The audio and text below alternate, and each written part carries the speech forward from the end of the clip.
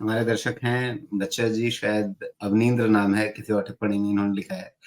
ये ज़िक्र कर रहे हैं कि ये 23 साल से बाज़ार में हैं, तो चलिए अच्छा खासा अनुभव है इनका और ज़मीन से ज़्यादा पैसा इन्होंने शेयर बाज़ार से कमाया है, निवेश करके। हुँ, तो ये एक मतलब प्रत्यक्ष को प्रमाण क्या ये वाली बात हो जाती है कि निवेश करेंगे और इन्वेस्टेड रहेंगे और समय देंगे, तो आपको बेहतरीन नतीजे मिलेंगे, इसमें कोई शक नहीं है।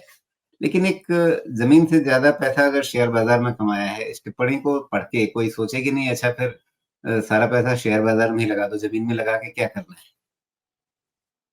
चलिए, इस कैलकुलेशन को समझा देता हूँ राजीव जी और जितने लोग सुन रहे हैं, इस कैलकुलेशन को जाके आप वैलिडेट कर लीजिएगा, ओके? ज़मीन हो या इंडिपेंडेंट हाउस हो या फ्लैट हो, ओके? जो भी चीज़ आप खरीदते हैं, इसमें एप्रिशिएटिंग एसेट इज़ ओनली ज़मीन, योर लैंड। योर हाउस का स्ट्रक्चर, योर ये फ्लैट का स्ट्रक्चर, ये डेप्रिशिएटिंग होता है। जब भी आप ज़मीन खरीदते हैं या कोई फ्लैट खरीदते हैं, उसके आपके एग्रीमेंट में एक चीज़ होती है, you get undivided share of land, उसका आपको पीस मिलता है और वही आपके एप्रिसिएशन को डिटरमाइन करता है बिकॉज़ 10 साल के बाद flat is considered to be a depreciable asset, okay? अब रियल एस्टेट से पैसा कैसे बनता है, उसको समझिए। आपका एक ज़मीन है, तो ज़मीन पे बिल्कुल क्लियर है कि उसका जो भी उस एरिया का एप्रिसिएशन होगा, land appreciation, whatever is the trigger, उस पे चलेगा। लेकिन ओवरऑल कैलकुलेशन आपका रियल एस्टेट से होना चाहिए इन्फ्लेशन प्लस 2 टू 3% का टोटल रिटर्न। मोस्टली कोई भी फ्लैट या घर, ये चूँकि बड़ा पैसा निकलता है ना और हमारा उतना भी बड़ा पॉकेट नहीं है कि हम उठा के जाएँ और भाई हाँ भाई दे दो 5 करोड़ मैंने दिया तुमको एक घर दे दो मैं लेके आता हूँ। आप फंडिंग पे ही करेंगे, ओके? जब आप मोस्टली या छोटे-छोटे टुकड़ों में मान लीजिए कि आप कहीं ज़मीन में इन्वेस्ट करते हैं 2 लाख, 5 लाख, 10 लाख वाला छोटा वाला, तो वो बात अलग है इन्वेस्टमेंट, ओके? लेकिन रियल एस्टेट का रिटर्न क्या होता है? रियल एस्टेट का रिटर्न पहला होता है एप्रिसिएशन इन लैंड प्राइसेस और जब आपने उस पे घर बना दिया, तो आपका रिटर्न क्या होता है? Rental yield.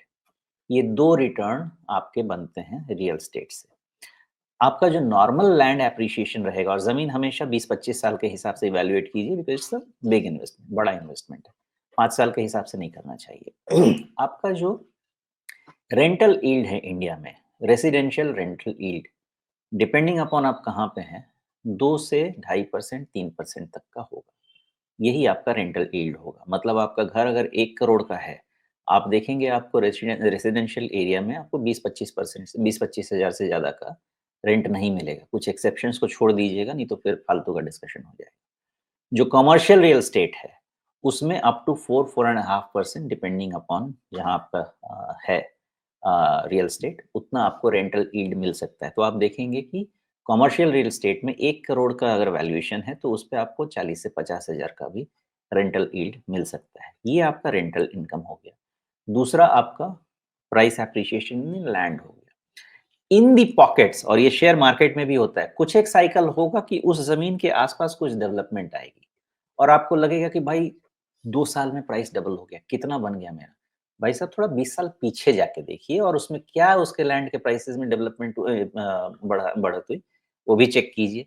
2 साल, 3 साल बढ़ेगा फिर स्टैग्नेट हो जाएगा एंड देयरफॉर आपका जो रियल एस्टेट्स है आपका ऑलमोस्ट एक्सपेक्टेशन होना चाहिए जिसमें अगर आपका बोरोइंग नहीं लगा है, आपने बिना लोन लिए अगर इन्वेस्टमेंट किया है, आप 10-11% के आसपास का एक्सपेक्टेशन आप सीएजीआर का रख सकते हैं। और अगर आपने लोन पे लिया हुआ है, तो भाई अपने इंटरेस्ट का कैलकुलेशन कर लीजिए और कैपिटल प्रिंसिपल का भी कैलकुलेशन कर लीजिए। अब इसके कैलकुलेशन में भी आपको ध्यान रखना है कि आप कौन से टैक्स रेजिम में हैं, क्योंकि न्यू टैक्स रेजिम में तो आपको कुछ डिडक्शन देना नहीं है। तो बेनिफिट्स को फ़ोरगो करके इसको कॉस्ट लीजिए और फिर आप देखेंगे रियल एस्टेट में आपका जो सीएजीआर है करीब-करीब 8-9% के आसपास का 20 साल में बनेगा, उससे ज़्यादा नहीं बनेगा। At any given point in time, please remember when a country is in a growing state, उसमें capital market particularly equity market को बीट करने वाला कोई एसेट क्लास होता नहीं है और मैं ये कह नहीं रहा हूँ, आप अपना सीएजीआर उठा के देख लीजिए। इस चीज का डिस्कशन डिबेट मत कीजिए कि मैंने यहाँ पे एयरपोर्ट बन रहा था तो यहाँ पे प्राइस बढ़ गया, वहां पे जंगल काट के वहां पे कुछ फैक्ट्री आ गई तो प्राइस बढ़ गया। देखिए वो चीजों को नहीं, हम एक प्रॉपर एसेट क्लास का प्रॉपर एनालिसिस समझेंगे, और यही एनालिसिस है। तो आपका रियल स्टेट से जो बेटर आपने बोला ना भाई साहब, आपका इक्विटी में बना, ठीक है, आपके पास एविडेंस है कि आपका 12-13% का डिफॉल्ट इक्विटी देगा और आपका 9-10% का डिफॉल्ट रियल स्टेट देगा। तो यही CAGR मिलना है, दैट्स ऑल।